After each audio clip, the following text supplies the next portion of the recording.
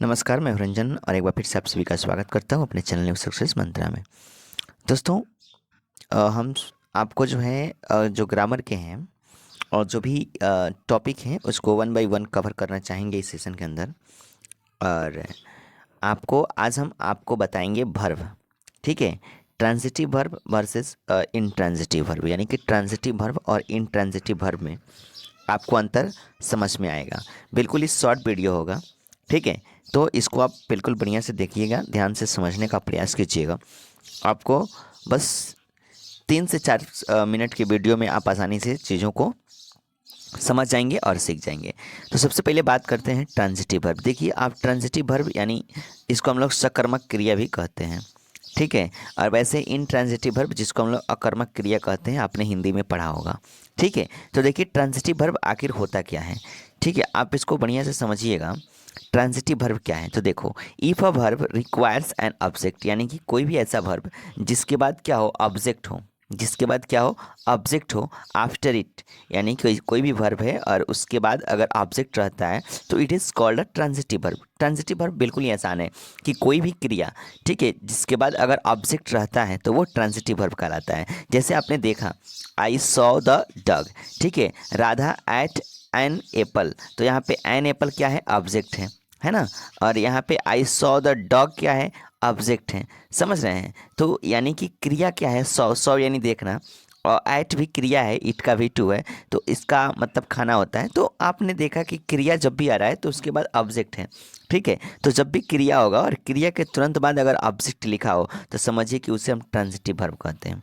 यानी transitive verb क्या है, तो जिस भी क्रिया के तुरंत बाद अगर ऑब्जेक्ट आता है तो वो ट्रांजिटिव वर्ब कहलाता है। समझ गए होंगे। अब देखिए इनट्रांजिटिव वर्ब क्या है। इनट्रांजिटिव वर्ब किसे कहते हैं, तो an intransitive verb is one that does not take a direct object, यानी कि इनट्रांजिटिव वर्ब के बाद डायरेक्ट ऑब्जेक्ट नहीं देखने को मिलता है। जैसे आपने देखा, ही लाफ्ड, उसने हंसा, सी स्माइल्ड, वह मुस्कुराई, ऐसे करके, तो इसके बाद कहीं ऑब्जेक्ट देखने को मिल रहा है।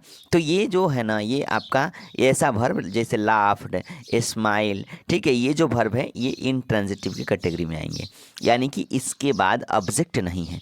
तो जिस भी सेंटेंस में अगर क्रिया के बाद ऑब्जेक्ट नहीं रहता है तो वो इनट्रांजिटिव है। क्रिया के बाद ऑब्जेक्ट नहीं रहता है तो वो इनट्रांजिटिव है, और ऑब्जेक्ट रहता है वो तो ट्रांजिटिव वर्ब है।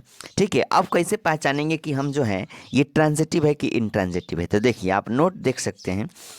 सवाल है कि किसी भी सेंटेंस में व्हाट बोलकर पूछने पर आंसर आए तो ट्रांजिटिव वर्ब होगा, नहीं आए तो इनट्रांजिटिव वर्ब होगा।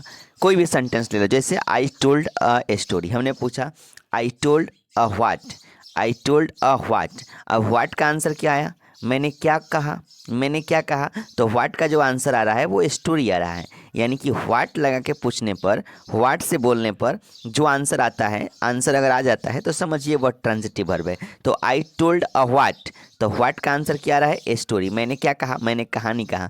तो टोल्ड जो है कैसा वर्ब है, टोल्ड जो होगा ये क्या होगा, ट्रांजिटिव वर्ब होगा। कौन सा वर्ब होगा, ट्रांजिटिव वर्ब। ठीक है, लेकिन अगर पूछने पर, व्हाट पूछने पर आंसर नहीं आ रहा है तो वो इनट्रांजिटिव होगा। जैसे बोलेंगे she laughed at me, she laughed what, she laughed what, उसने क्या हंसा, कुछ नहीं, व्हाट का मीनिंग नहीं आ रहा है। तो जब व्हाट का मीनिंग नहीं आएगा तो वो क्या कहलाएगा, इनट्रांजिटिव वर्ब कहलाएगा। यानी कि जो लाफ्ड है ना, ये आपका इनट्रांजिटिव वर्ब है।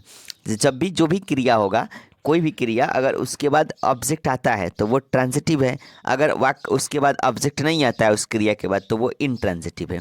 तो मुझे नहीं लगता है कि आप जो हैं नहीं समझे होंगे, आप बहुत अच्छे तरीके से समझ गए होंगे ट्रांजिटिव और इनट्रांजिटिव में फ़र्क। तो बिल्कुल 4 मिनट का ये वीडियो है।